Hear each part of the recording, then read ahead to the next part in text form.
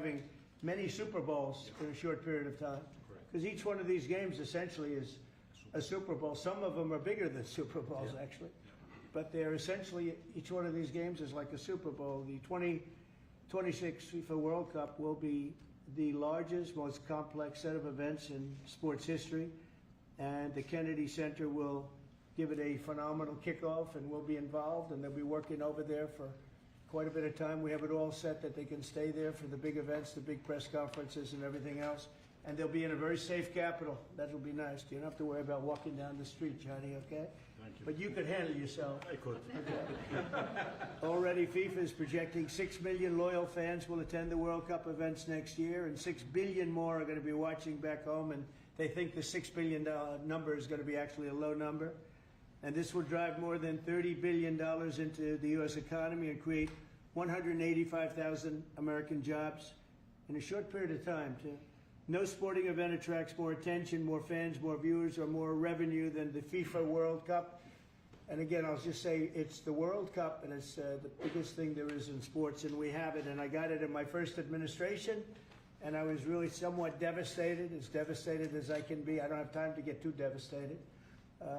I was very happy that today, as you saw, the group that does this, a government group, radical left group, announced that Trump was right. Took in $4 trillion worth of tariffs. That the $4 trillion are going to reduce the deficit by numbers far greater than they ever expected or heard of. And by the way, the stock market went up 1,000 points. That was as of 10 minutes ago. I can't tell you what happened. A lot of things happened. But the stock market's up almost 1,000 points.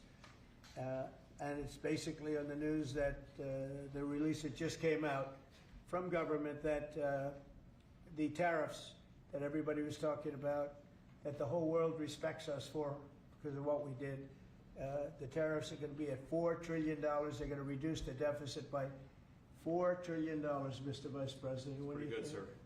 Too bad it's not 5, right? That's right. It's had a huge impact, and the stock market is way up. But this will drive more than $30 billion in U.S. economy and create 185,000 American jobs. No sporting event attracts more attention or more fans or anything else. And I just look forward to the draw. So we're going to have the draw, essentially, Johnny, at the Kennedy Center. Yeah. And by that time, it'll be in even better shape. We're working on it. It's about a year project to make it. It'll be great. It'll be fantastic. You see the way this is looking? Look, nice. I can't tell you how much that gold costs. A lot of money. There's nothing like gold, and there's nothing like solid gold. But this beautiful office needed it. It had to be representative. When we took it over, it was dirty, not clean. I immediately changed the chair and had this beautiful desk renovated, brought out by the White House. People that do this, they did a great job to send it out. We have a craftsman who's great. But this was not appropriate for the Oval Office when I took over. And now you look at all those paintings you're allowed to turn back. All of these are great presidents, and they were all in the vaults. They were in vaults for some cases much more than 100 years, and now they're proudly hanging on the Oval Office walls. And I can't imagine anybody changing it. But they were buried in vaults for over 100 years, many of them. So it's very exciting. People come in, they really love it. They love what we're doing here. They love what we're doing in D.C., and they love what we're doing, most importantly, in the country and the world. I'd like to ask Johnny to say a few words. He's the head of the whole thing. He's been there for a long time. Probably the most respected man in sports. He's amazing, actually. Works very hard, and he's got the biggest event in the world coming right here to the United States. And we did a little for Canada. We did a little for Mexico. We thought, see, I'm a good citizen. I said, let them have a little piece. So we gave a little to Canada. See how nice I am? And we gave a little bit to Mexico. And Johnny, please say a few words. Thank you, President. Great honor for me to be here with you today, President, Vice President, Excellencies.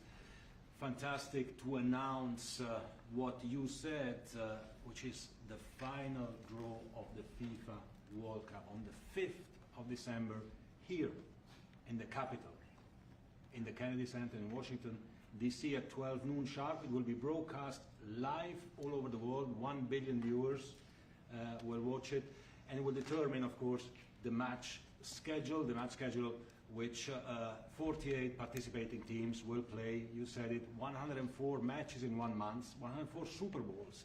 This is not just the biggest, the greatest event, not just a sports event, it's a social event as well, with a lot of emotion. We are uniting the world, Mr. President, uniting the world here in America, and we are very proud of that.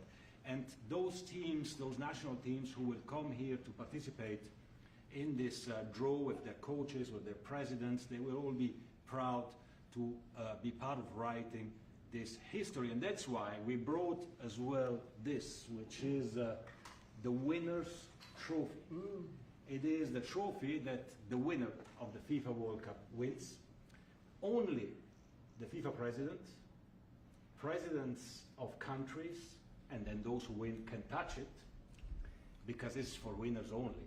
And since you are a winner, of course, you can as well touch it. It's pretty heavy. Yeah. It's the winner trophy. The last one who lifted that is Lionel Messi of Argentina. And here it is in the Oval Office in the White House. Can I keep it? For you? Well, you can keep We're it. not giving it World back. Cup. We're not giving it back. That's serious. Oh, that It fits well. that here. goes very well on the wall right over there. We'll put it right below the angels. It fits well here. I That's think. beautiful. Yeah, You can that's, keep it until we have to give it to the next winner. That's fine. That's a beautiful piece of gold, I will say. That's beautiful. Yeah. So 6 billion viewers for the World Cup, 6 million coming to the matches, 30 billion economic impact, 185,000 jobs. This will be absolutely fantastic. The biggest event ever, and everything will start here in Washington D.C. at the Kennedy Center, or the Trump Kennedy Center. We'll see that how it will be called on the 5th of September at noon sharp. 5th of December, noon sharp. Then, if I may, Will they be doing most of the draws, all of the draws at the Kennedy? Well, how are you going to do that? Yes, we'll do that at the Kennedy Center. We'll do all the other meetings around it with the coaches, with the broadcasters, with That's the great. sponsors, everything at the Kennedy Center. The whole You'll be very World happy. Cup starts, and everyone will be happy Yeah. because everyone has qualified for the World Cup, and they didn't yet play a game, so they didn't lose yet the game. So they all think they can Yeah. become world champion, right? They'll all be happy. Exactly.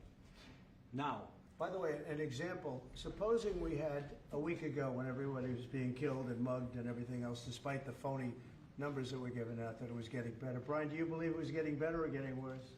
Oh, the crime was getting worse. I mean, I was robbed. It was getting What way happened? How did the other guy come out?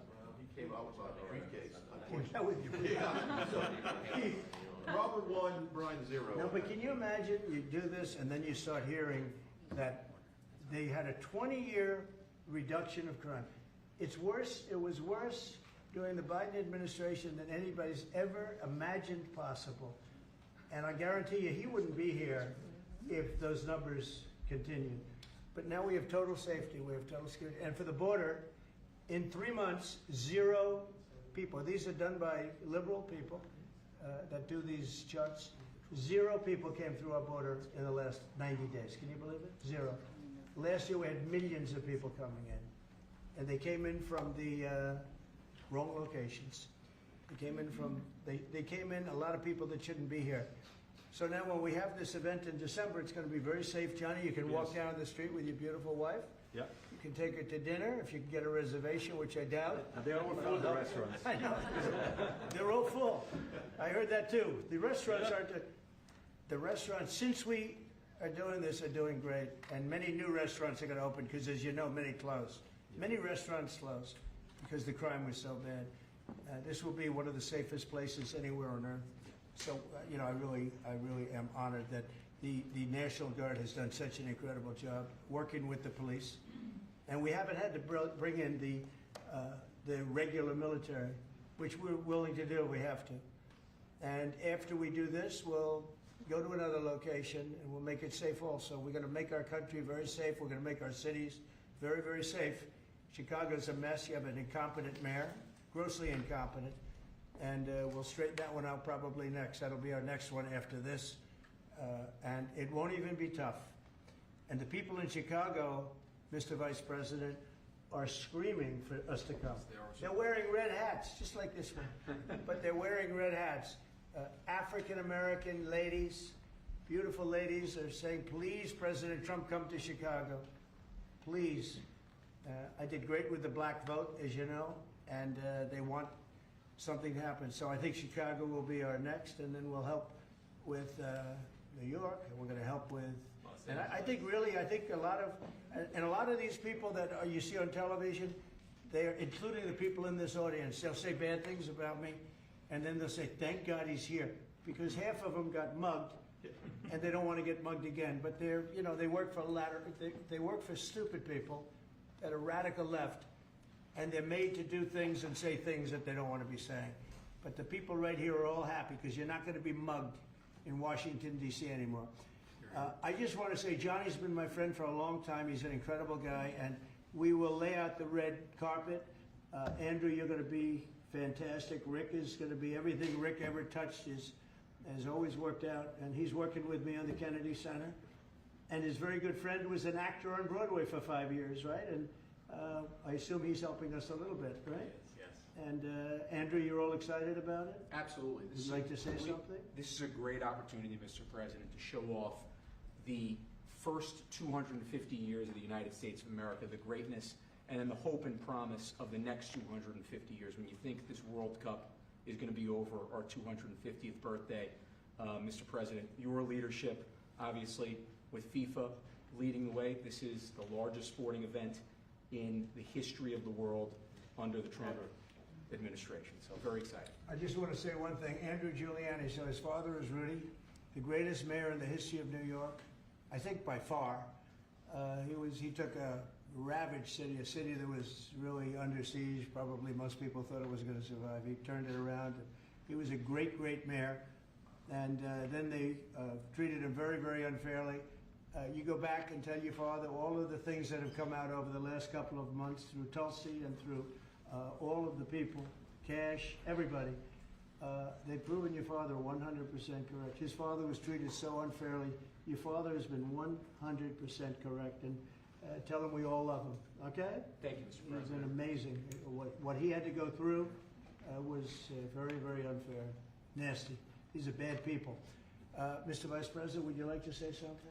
Well, sure, Mr. President. Thank you, and thanks to Johnny for being here. We're very thrilled about the World Cup. Just to echo something the President said about crime in Washington, D.C., this is the national capital of the greatest nation in the world, and we had murder rates just a few weeks ago that rivaled some of the worst third world cities anywhere, even in very, very poor regions of the world. Why did we accept that? Why did we allow it to happen? We allowed it to happen because we had broken leadership in Washington, D.C., and unfortunately sitting behind the Resolute desk. What we have shown in just under 2 weeks of taking law enforcement seriously is that the American people can have their streets back if their leadership is willing to put in the time and the resources. Mr. President, you've shown in Washington, D.C. that we can have safe streets again. We've just got to have the political willpower to focus on the bad guys and to give the American people back their communities. We are focused on doing that thanks to the President's leadership. Thank you. And that's a really very small percentage. It's 2%, 3%, but that 2% and 3% wreaks just havoc throughout a community. People are petrified, and I notice a couple of the women in the back are shaking their head, yes, yes, yes. I won't report who you are because you'll end up losing your jobs, but it's true. It's amazing, and the police, and you look at the D.C. National Guard. I saw pictures of them last night getting off vans and all, and I saw some bad ones running, but they're not running so much anymore. They're not there. They're just not even. They're not even trying. You're totally safe. Now there'll be something happening sometime. I don't know. Maybe it won't be for a long time. But this was every night would get reports of people being mugged and get that. There's one woman on television last night. She had a badly busted up nose, and she said, "Well, I like our streets the way they used to be." And she thinks it's going to happen like by doing nothing.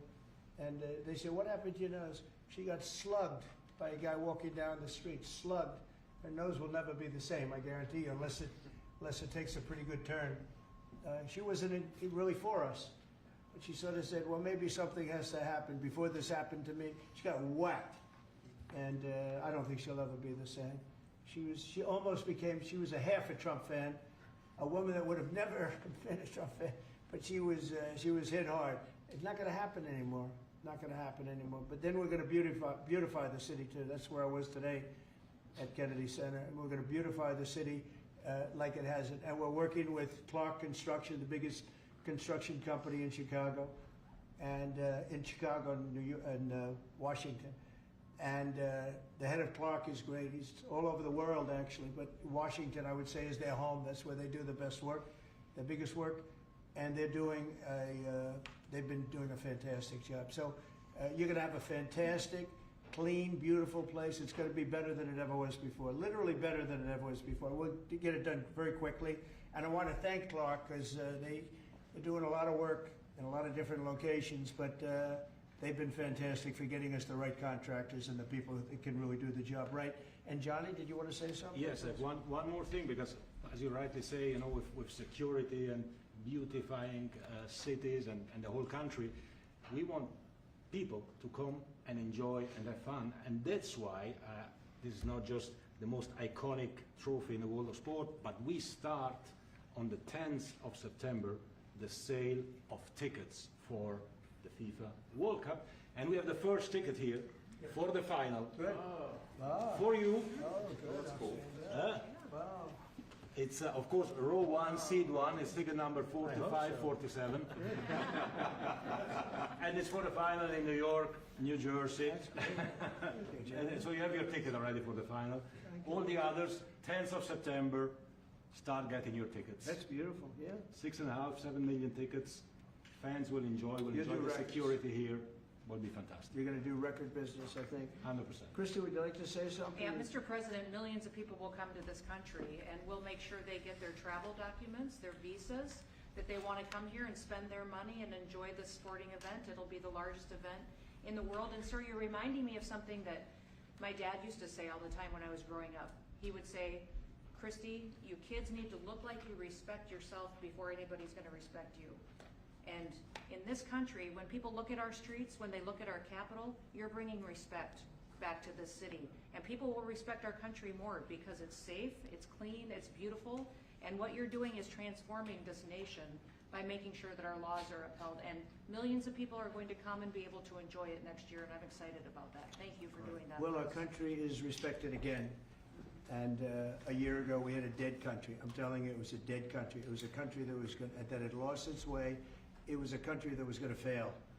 Look, even today, where they say $4 trillion in reductions of deficits, and this was totally unexpected. They didn't expect it.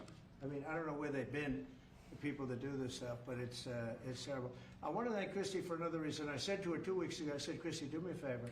I built hundreds of miles of wall. I built the same wall that the Border Patrol asked me to build. It wasn't my first choice. I wanted to do concrete plank and everything nice, but you wouldn't have been able to see through it. So I had Border Patrol in, and they tested everything else. And we gave them steel wall, high-grade steel, very hard to cut. And we gave inside that is 9,000-pound concrete, which is a very tough concrete. Inside that is rebar, a big, fat piece of rebar. So you have all different materials that are very hard to cut, and you need different instruments to cut each one. And I said, Kristen, we got to get a coat of paint on it.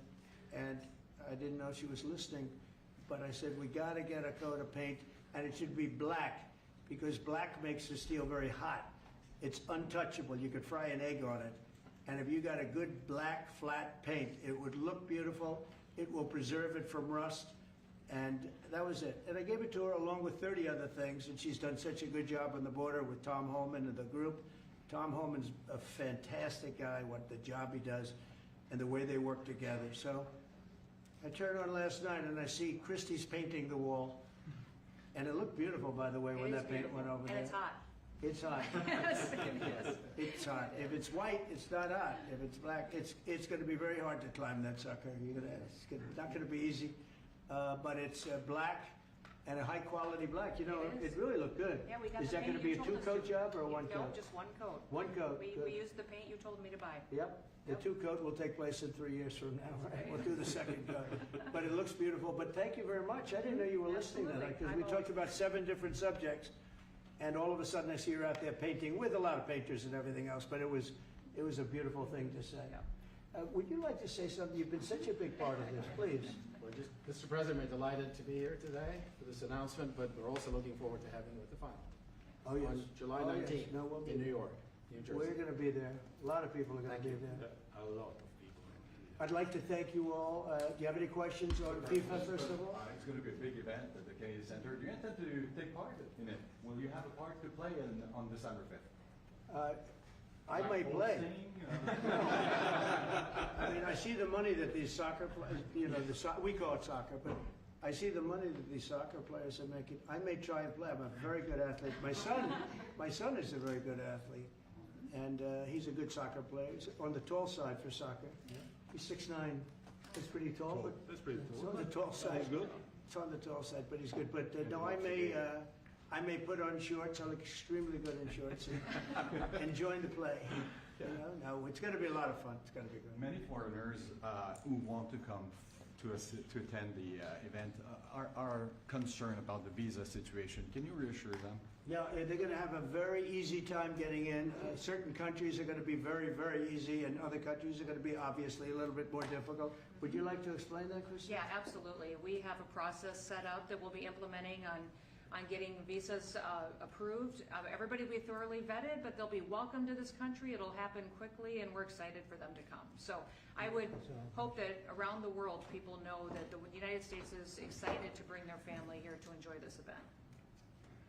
America welcomes the world. Yes. And I can really, from the collaboration that we have, testify for that, absolutely. And I just sent a picture from somebody that wants to be there very badly.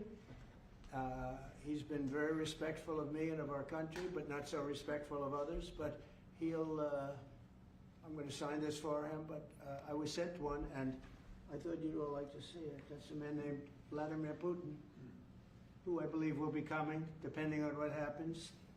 He may be coming, and he may not, depending on what happens. We have a lot of things happening over the next couple of weeks. But I thought it was a nice picture of him. Okay of me, but nice of him. So that was very nice that it was sent to me. Okay? Mr. President. On Yes. that subject, have you talked to Vladimir Putin about the fact that yesterday a big U.S. factory was hit in a Russian airstrike in Ukraine? What's your reaction to I that? told him I'm not happy about it, and I'm not happy about anything having to do with that war. I settled 7 wars, and actually, if you think about pre-wars, add 3 more, so it would be 10. I thought this would be in the middle of the pack in terms of difficulty. No, I'm not happy about anything about that war. Nothing. Not happy at all. We'll see what happens. I think over the next 2 weeks, we're going to find out which way it's going to go. And I better be very happy. Mr. President, I had a very good call with Prime Minister Carney of Canada yesterday morning. Yes. Canada is taking away some retaliatory tariffs. He's so- removing his tariffs, yeah. Exactly. He's removing his retaliatory tariffs, which I thought was nice. And we're going to have another call soon. Okay. Yeah, we had a very good call. You're getting closer towards an Well, I agreement like him. on trade? I like him. Look, I'm fighting for the United States. Canada and Mexico take a lot of our business over the years, over 25, 30 years, especially during the Biden years. They took a lot of our business, and it's basically all coming back into the United States now. Well, hot as a pistol, and it's coming back in. Because of tariffs and the incentives we give, it's coming back. And it's impossible, I think, for another country to stop it. And we are working on something. We want to be very good to Canada. I like Carney a lot. I think he's a good person. And we had a very good talk yesterday, so I think it'll be good. Mr. President, I have a question about the search of Ambassador Bolton's home. The Vice President recently just did an interview saying that it's about classified documents, but that there's also broad concern about him. What are the concerns? Well, that I you haven't have? spoken to Pam in the group yet, but I will be. I saw that just like everybody else. I try and stay out of that stuff. I'm allowed to be, and I'm chief law enforcement officer, believe it or not. I don't like to go around saying that, but I am. That's the position. But I purposely don't want to really get involved in it. I'm not a fan of John Bolton. I thought he was a sleazebag, actually. And he suffers major Trump derangement syndrome, but so do a lot of people, and they're not being affected by anything we do. I don't know anything about it. I just saw that. I'll find out about it. But if you believe the news, which I do, I guess his house was raided today, but my house was raided also. called Mar-a-Lago. They went through everything they could, including my young son's room and my wife's area. They went through her drawers, as the expression goes. They went through everything you can imagine. And when she came back, she looked, she said, she's very neat, you know, she's meticulous. And she looked and she said, whoa, this wasn't the way that she had it. So, you know, so I know the feeling. It's not a good feeling. Thank you.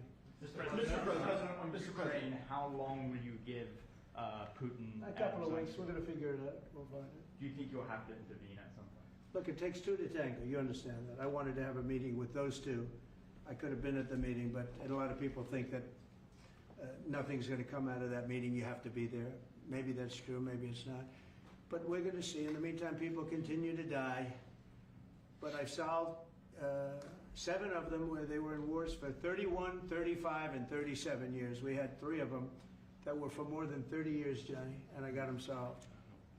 And we solved one that could have been a nuclear war with India and Pakistan. That was getting ready to be a nuclear war. I solved them all. And this one, I thought we would have had it done by now, but it's more difficult. There's a lot of anger, a lot of hatred. There's a tremendous amount of hatred there. So, but we'll see what happens. I think in 2 weeks we'll know which way I'm going. Because I'm going to go one way or the other. And they'll learn which way I'm going. Mr. President, if I got 2 questions for you, one on FIFA, the other one on DC. Can you talk about the economic impact that FIFA will have in these cities, and what's your message to the mayors to get their cities prepared, not only the beautification process, but also the safety aspect? Well, Los Angeles is an example. You know, it's poorly run. We have a mayor there that can't even get permits to the people that lost their houses. Lee Zeldin got every permit. The hardest permit is the federal permit. Within 20 days, every single permit was there for the people to build their houses. But people are writing us and they're saying they won't give us. The mayor is incompetent. The governor is incompetent. You know, Gavin, I know Gavin very well. He's an incompetent guy with a good line of bullshit. And he doesn't get the job done. And frankly, those people want to build their houses. It's terrible. They could have been built. Some of them could have been built already. But think of it, the federal government that has the most complex part, and it's the most complex environmental thing to do. We got it, everybody had it within 30 days. And they're not even close to getting their permits. And now they're talking about taking some of those sites and building low-income housing on them. These are high-end neighborhoods. And I'm all for low-income housing. I built a lot of low-income housing. I know all about 236. I know every program that there is in the government. I used every one of them. I know more about low-income housing than probably almost anybody. And it's great. It's fine. It's wonderful. But you don't build it in Pacific Palisades. You don't build it there. And you don't build it in the other areas that burned down. So they're talking about putting up low-income housing. And you talk about riots. They're going to have riots if that happens because you're taking the people's property away. They want to build their houses, and they're unable to get permits from the mayor and from the governor. And that's a terrible thing. But, and let me tell you, if I didn't send in the troops in Los Angeles, Johnny wouldn't be in Los Angeles. You wouldn't be having your World Cup there. I sent in the troops, and we kept it. And even the police commissioner, the sheriff and the police commissioner, they all said the same thing. They said, we could have never handled what was happening. You saw that, you were there. He said, we could have never handled what was happening. And then you hear Gavin Newsom, after it's all quelled, you hear Newsom get up and said, we could have done this for ourselves. No, they couldn't have. And if they could have, I wouldn't have taken the chance either. Okay, my second question is on crime prevention. Would you be open to expanding the national concealed carry to apply to D.C. like it does in other states like Texas? Yeah. Well, they have it in some states and they feel strongly about it. As you know, I'm in favor of it. People have to protect themselves. I'm a Second Amendment person, very simply. People have to be able to protect themselves. Especially like in Washington, you walk down the street, a guy comes up and slugs you. He's got a pistol in his hand. You can be tough, you can be in great shape, you can be a powerful person, or you can be a guy that weighs 100 pounds with a gun in your hand. Right. And I'll bet on the guy with the gun 100% of the time, right? And so you need protection. So I'm a Second Amendment person all the way. Yeah, please. President Trump, you said this morning that you're working with Congress to get $2 billion to help clean up DC. Have you had any conversations with Mike Johnson and John Thune about where they're going to get that money from? Which money? You said this morning that you're going to get $2 billion from Congress to help clean up Yeah, DC. I've spoken to Mike Johnson, I've spoken to John Thune, the Senate, the House, and I think it's going to be very easy to get. It's going to be not a lot of money. I wouldn't even know where to spend the number that you mentioned, but it's going to be money to beautify the city. Yeah, they're ready.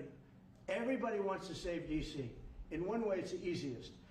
The violence was more than any other city in the country, actually, by far. It may have been more than any other city in the world, if you could think. We looked at some of the worst cities in the world, it was worse. And that's why it angers me to see the mayor saying about how they have it on the slide. Not on the slide, it was worse than ever. Yeah, we have no problem getting that money. That money will come out of Congress. I think it'll be even bipartisan. That is the plan. I mean, I would imagine Democrats would vote for that one. Is the plan to get it before the September 30 spending deadline on the Hill? Well, I don't know if there is a deadline, because if I declare a national emergency, which this was, that ends the deadline. So, I mean, I keep seeing about a 30-day deadline, of which we have 22 days left or something. But if I think we're in great shape here, that's one thing. But if I don't, I'm going to just say it's a national emergency. And if I have a national emergency, I can keep the troops there as long as I want. If people are not going to want to have the troops on, and 30 days, it's one thing to get them out. It's another thing to keep them out for a long period of time. You've got to train people. You can't do this. You can't bop people over the head. And a lot of those people are in courts right now, going to court. They're going to go to jail for a long time. So that's going to take more than 30 days. But if I have to, I'll declare a national emergency, which I don't think I'll have to do. Yeah. Mr. President, you said in 2 weeks you'll know whether you go. Yeah, I think I'll one way or know. the I other. think I'll know the attitude of Russia and, frankly, of Ukraine. It takes two. What are the 2 ways you can go at the end of 2 weeks then? Well, then I'm going to make a decision as to what we do. And it's going to be a very important decision. And that's whether or not it's massive sanctions or massive tariffs or both. Or do we do nothing and say it's your fight? Look, I would have never been in this war if I were president. You wouldn't have had this war. It was never going to happen. This was caused by stupid people that fought. And people say, well, how do we know? Because for 4 years, it was never even a subject. And Vladimir knew, and you see his picture right here. It was nice that he sent, but Vladimir knew very strongly we wouldn't have stood for it. It wouldn't have happened. 100% wouldn't have happened, but it did happen. And now they're losing from 5 to 7 young kids. Think of it, you're a parent and your son is leaving. He's Russian or he's Ukrainian. And he's leaving and they're waving goodbye. Nice, beautiful kid. Nice crew cut, all set. He wants to be a soldier. And goes there, first week he has his head blown off. And he's no different than you people, me. And it doesn't matter where. I mean, I solved a problem in the Congo that was vicious. Rwanda and the Congo, the Republic of the Congo. And they were fighting for 31 years, and it was machetes. People were getting their heads chopped off. That was going on for 31 years. I got it solved. You saw it. They came to the White House and we signed an agreement. It was amazing. People can't believe we got it done. I love to stop killing. I really do. People thought it would be just the opposite. Hillary Clinton said, oh, he'll get us into a war. No, I'm getting everybody else out of wars. Are you saying there's a real possibility then that you do nothing if Putin doesn't come to the table for a ceasefire? I'll see whose fault it is. If there are reasons why, I'll understand that. I know exactly what I'm doing. We're going to see whether or not they have a meeting. That'll be interesting to see. And if they don't, why didn't they have a meeting? Because I told them to have a meeting. But I'll know in 2 weeks what I'm going to do. I have pretty good ideas. Your Justice Department is also sending some of the Epstein files over to the House Oversight Committee today. Are you in support of them releasing all of them? I'm in support of keeping it open. If they wanted to innocent release... people shouldn't be hurt, but I'm in support of keeping it totally open. I couldn't care less. You got a lot of people that it could be mentioned in those files that don't deserve to be. People, because he knew everybody in Palm Beach. I don't know anything about that, but I have said to Pam and everybody else, give them everything you can give them, because it's a Democrat hoax. It's just a hoax. The whole Epstein thing is a Democrat hoax. So we had the greatest 6 months, 7 months in the history of the presidency, and the Democrats don't know what to do, so they keep bringing up that stuff. But it affected them. Bill Clinton was on his plane and went to the island supposedly 28 times. I don't want to bring that up, frankly.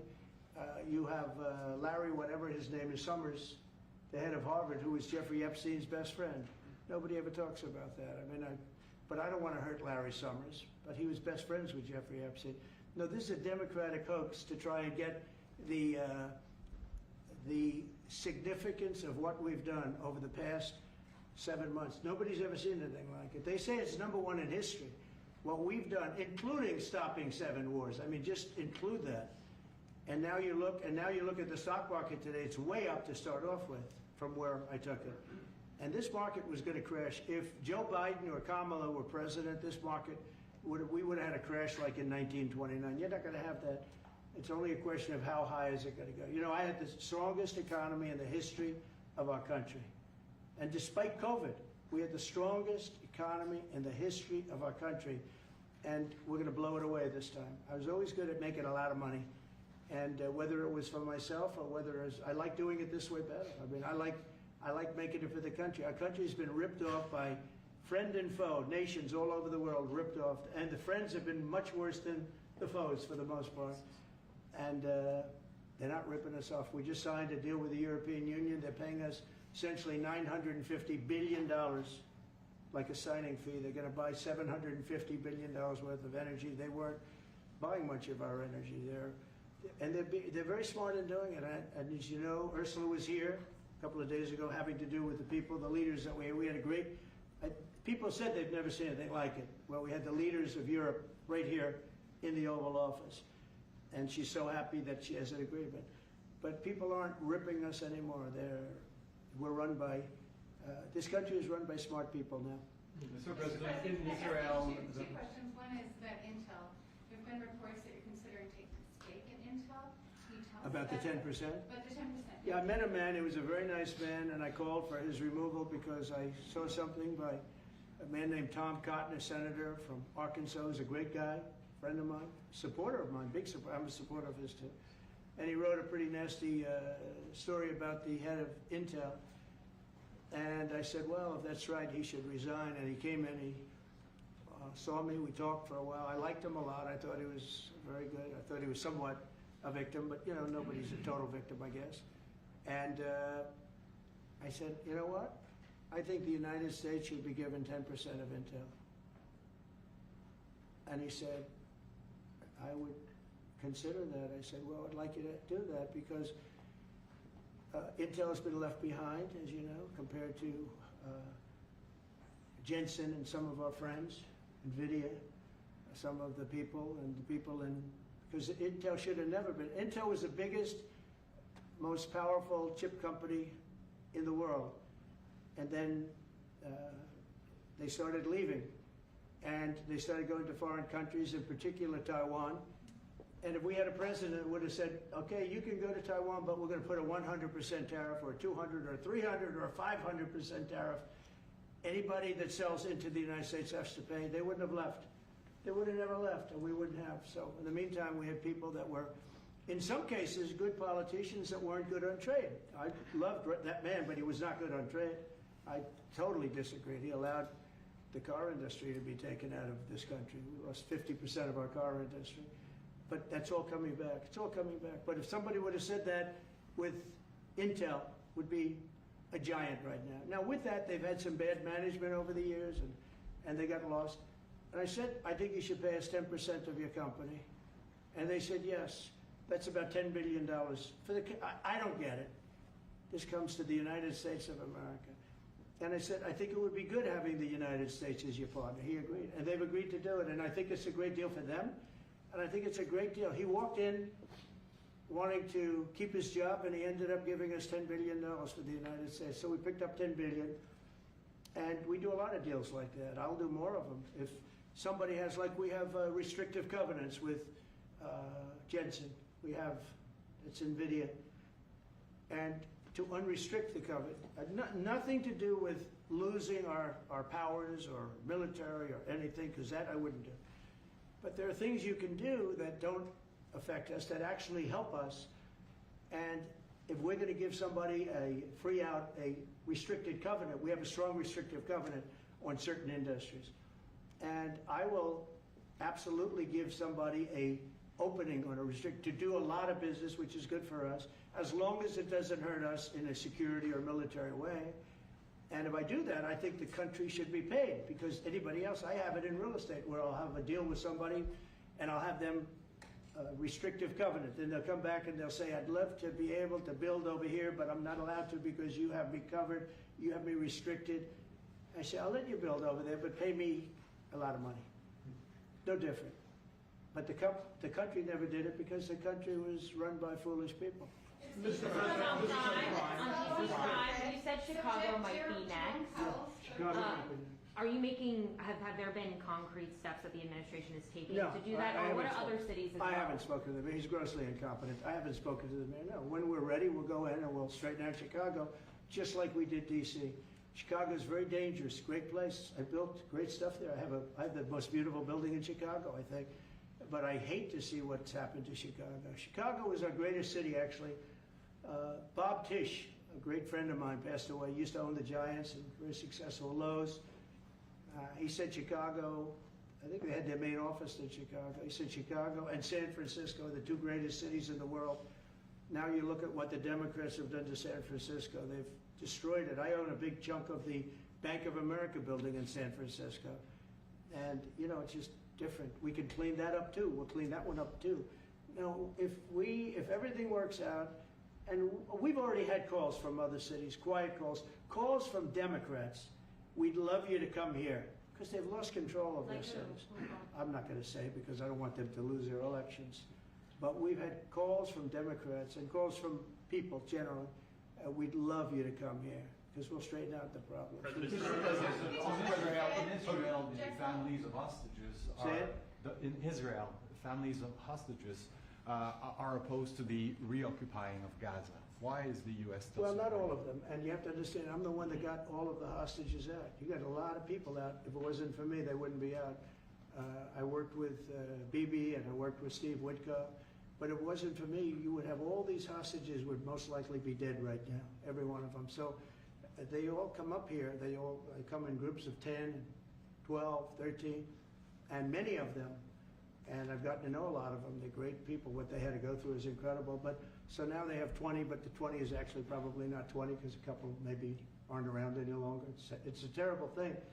No, I don't like anymore. I said, you know, when you get down to 20, they're not going to make deals anymore. And they didn't. And then I put out a statement, as you know, that was a tough statement, go in and get them. And they said, we'll give you 10, we'll give you 10. I don't know what Israel's doing, but they were willing now immediately to give us another 10. The situation has to end. It's extortion and it has to end. And we'll see what happens. I actually think they're safer in many ways if you went in and you really went in fast and you did it. And people can't forget October 7th, remember that. I'm friendly with all groups. I won the Arab vote in Michigan. I did so great with the Arab vote, remember? I started off at 0, I ended up winning. I wouldn't say the candidate was the greatest, but I would have won against anybody. They're great people. But we have to do things properly. And you know, I'm very proud to say I got the hostages out. You have hundreds of people that are living now because of me.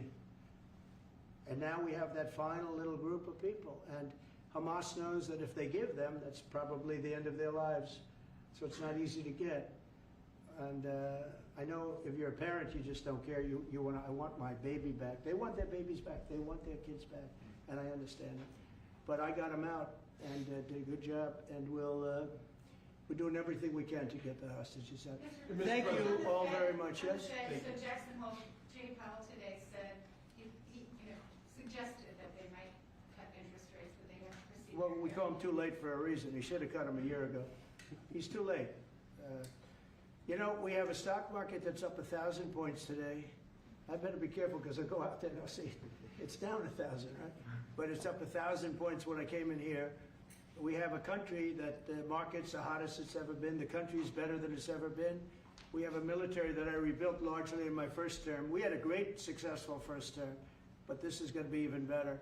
But we rebuilt it. We gave a lot of it away to Afghanistan, but relatively small compared to the overall. But I think it was the most embarrassing day and period in the history of our country that they allowed those 13 wonderful people, but it's really hundreds of people were killed. And they don't talk about the 48 that were so severely wounded with no legs, no arms, nobody ever mentions them except me. But that was the worst day, the most, it just showed how incompetent. Frankly, if that didn't happen, I really believe that you might not have had the problem with Russia. I think Putin was sitting there watching these stupid people running our country and said, this is a time to invade.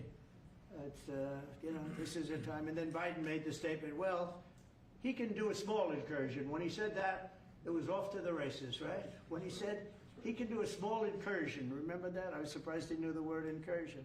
I didn't think he had that good of a vocabulary. I want to thank everybody. It's very important to me and to everybody up here, the World Cup. And Johnny has been so incredible. I mean, he's really a great leader. I mean, to think, I said, Johnny, do it by phone. You don't have to come. No, he said, I'll come. And he flew all night long to be here and listen to this about how great we're doing in D.C. But he's a fantastic leader, and this will be your most successful World Cup ever. Thank you, Jim. Thank you so much. Yeah, can we win it, Mr. President? I don't know. I watch some of those teams go around. They go down that field. I don't know. But let me ask you: what chance does America have of winning? Well, the home team always has a good chance to win. It depends how it he's a good starts. No, but it has some good we players. have a shot. We have Of course, you have a chance. Will Bear be going to the games, Mr. President? I'd love to have him. He'd love to. He's very tall. Maybe we could make him a goalie. The goalies are very tall now, right? I know. Goalies are very tall. The goalies, well, he'd be a perfect goalie. At his height, he'll be a great goalie. Exactly. So we'll put him on the American team. No, but do the Americans have a chance of like getting into the quarterfinals? Yes, right? definitely. No, the quarterfinal definitely. But then, as the tournament goes on with the public 250 years of the United States, let's not forget, they will all feel energized about that. It's amazing. The talent is really great when you watch these things. I went to the game 2 weeks ago, and it was a big upset. But you look at these people; the way they pass it. It's amazing, really amazing. It's a great art, right? Yes, It's a great talent. It is incredible. You know the expression. Will What? you draw the names?